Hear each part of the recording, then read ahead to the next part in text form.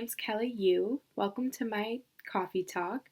On this channel, I talk about redefining teaching strategies, different ways teachers can connect with their students, and how teachers can keep up with modern technological advances.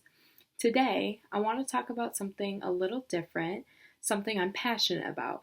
So grab some coffee, tea, or your favorite beverage and enjoy my discussion on read alouds for all ages.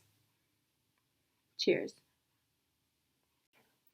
So if someone were to ask me to think about read alouds, I would think back to kindergarten, first, and even second grade. The school district that I grew up in had a very traditional approach, and by third grade, my teachers were pushing me to read more independently. As I went through grade school, I accepted that independent reading was my norm. Typically, people think that read alouds are only appropriate for young children who cannot read on their own, and I'm here today to talk about why this statement is false. In first grade, I remember some of my favorite books my teachers read aloud to me were The Giving Tree, Where the Wild Things Are, Green Eggs and Ham, and If You Give a Mouse a Cookie. These were all favorites of mine because they sent good messages and they were completely appropriate for a 7-year-old. But what about other powerful messages? Say, for example, inclusion and why it's important to be inclusive. Teachers have the power to instill great morals to children from a young age. People argue that touchy subjects such as race or ethnicity should only be introduced during middle school or high school years because children can't comprehend such complex subjects. But I totally disagree. So here I have a book, a children's book, and it's called The Colors of Us. The book uses food to describe the different shades of colors people's skin are. It appropriately introduces race, differences, and acknowledges beautiful skin colors in the world that make people unique. Think back to when you were a child, and your favorite books that were read aloud to you. Did they cover heavy topics such as race and inclusion? I think you'd be surprised to find that many traditional books don't talk about heavy subjects such as these, which brings me back to the main point of my coffee talk. Teachers have the ability to choose books that tie into great life lessons. Of course, traditional books are important and have their place in teaching greed, empathy, and how to share. But if teachers open up their minds to introducing inclusion to elementary age students during read aloud, they're opening up these children's minds and acknowledging things in an age-appropriate way. Now, let's fast forward and jump to high school days. All I know is that when I was in high school, read alouds were never a thing, and when they were, it was in the form of popcorn reading. This struck fear and anxiety for me for multiple reasons, but more so because I didn't know if there was going to be a word in the paragraph I was going to be asked to read that I didn't know. When I did come to a word I didn't know, my teacher would quickly correct me and I would continue reading. I wish my teacher said, "Wait, stop, this is a great teachable moment." Instead of whizzing by the word I didn't know, I should have circled it and had the opportunity to look up the meaning of the word to increase my vocabulary. We focus so much in elementary years on making sure children know the meanings of words and how to correctly say them. Why should this be different in high school? Although I don't have the schooling or credentials to be a high school teacher, I want to talk about why adolescent teachers should continue to do read alouds. Not only is it a great way to engage students, but it gives them a small break throughout the day. They are constantly studying for exams, maybe applying for college, and memorizing different math formulas. Their school day is a constant go, go, go. Teachers have the ability to say stop.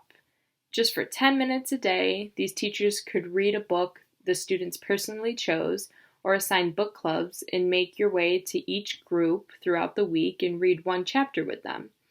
Whoever said read alouds can't help these students? Just as read alouds can help reduce anxiety and stress in elementary students, they have the same impact on older students as well.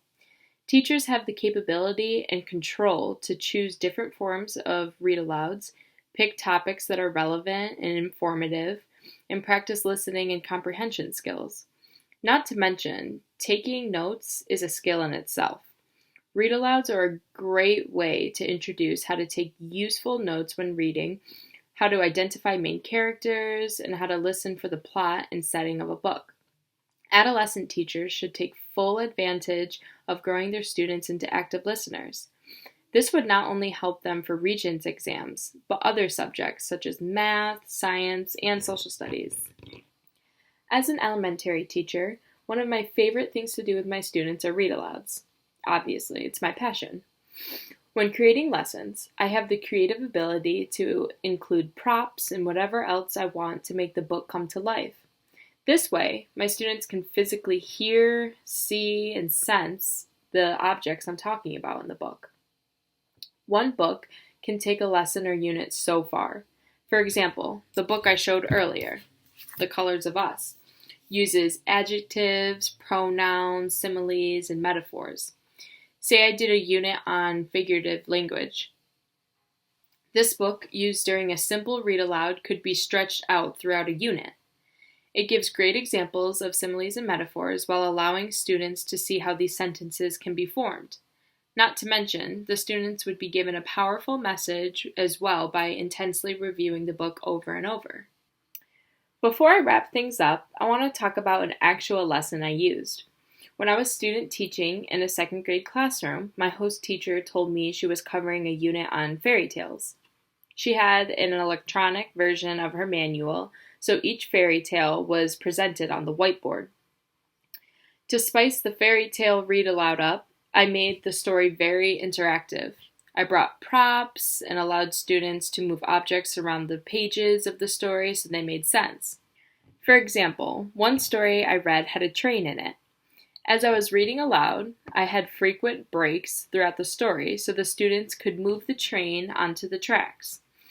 I was dressed up as an engineer, and I had a whistle around my neck. Every time the train blew its whistle in the story, I blew my whistle, and the students attempted to repeat the noise. I was able to engage all students by creating a memorable experience, allowing students to see visuals and make story pages interactive to strike attention. A well-done read-aloud can have a huge impact on students, and I've noticed they typically comprehend the story better when they're able to see the pages in the story come to life. Before I sign off, I want to say that I hope you enjoyed hearing about my passion on read-alouds for all ages. I hope teachers now understand the impact a read-aloud can have on students of all ages and abilities, and I'm interested to see if you will incorporate more engaging and interactive read-alouds in your future. Please comment, like, subscribe, and tune in for my next video on Coffee with Kelli. Bye.